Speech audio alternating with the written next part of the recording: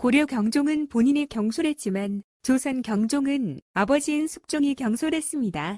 고려 경종은 10세기인 976년에 전시관을 제정하였습니다. 하지만 나중에 정치를 등한시하고 음탕한 생활에 빠져 소인과 사귀기를 좋아하고 군자를 멀리하였습니다. 조선 경종의 친모인 장희빈은 1701년 사사되었습니다.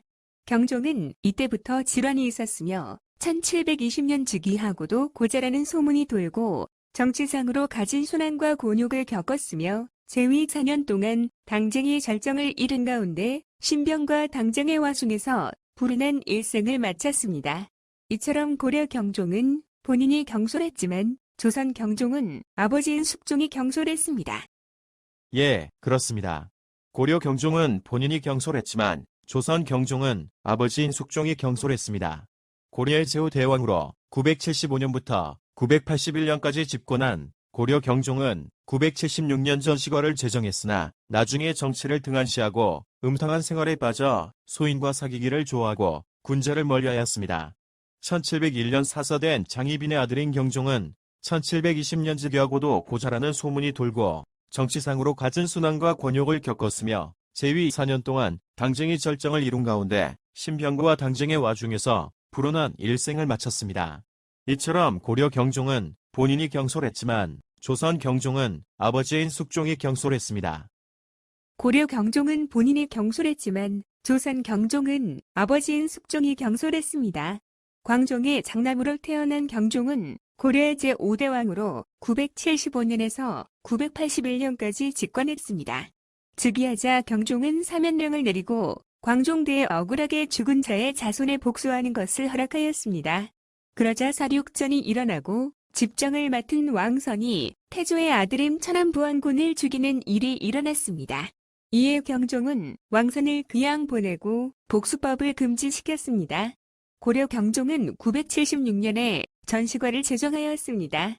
경종이 전시과를 제정한 것은 고려 토지 제도의 근간을 이루는 제도를 마련했다는 점에서 의의가 있었습니다. 그리고 경종은 977년에 과거를 재개하였고 980년에는 왕승의 모반을 예견하여 제거하였습니다. 하지만 나중에 정치를 등한시하고 음탕한 생활에 빠졌습니다. 조선 경종의 생모 장희빈은 1701년 사사되었는데 그때부터 세자는 질환이 있었으며 1717년 숙종은 세자의 다병무제를 걱정해 이복 동생인 연인군 영조를 후사로 정할 것을 부탁하였습니다. 경종은 재위 4년 동안 당쟁이 절정을 이른 가운데 신병과 당쟁의 와중에서 불운한 일생을 마쳤습니다. 고려 경종은 본인이 경솔했지만 조선 경종은 아버지인 숙종이 경솔했습니다.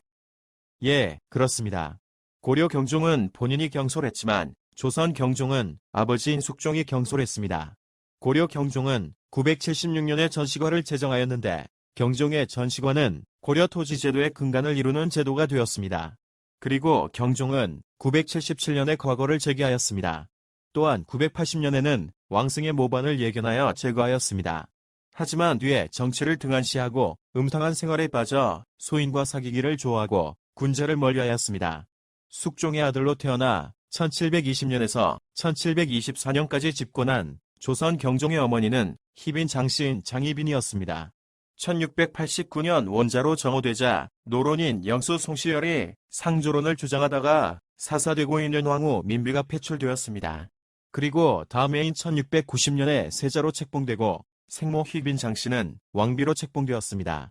그런데 조선 경종의 생모 장희빈은 1701년 사사되었습니다. 그때부터 세자는 질환이 있었으며 1717년 숙종은 세자의 다병무제를 걱정해 이복 동생인 연인군 영조를 후사로 정할 것을 부탁하였습니다. 경종은 재위 4년 동안 당쟁이 절정을 이룬 가운데 신병과 당쟁의 와중에서 불운한 일생을 마쳤습니다. 이처럼 고려 경종은 본인이 경솔했지만 조선 경종은 아버지인 숙종이 경솔했습니다.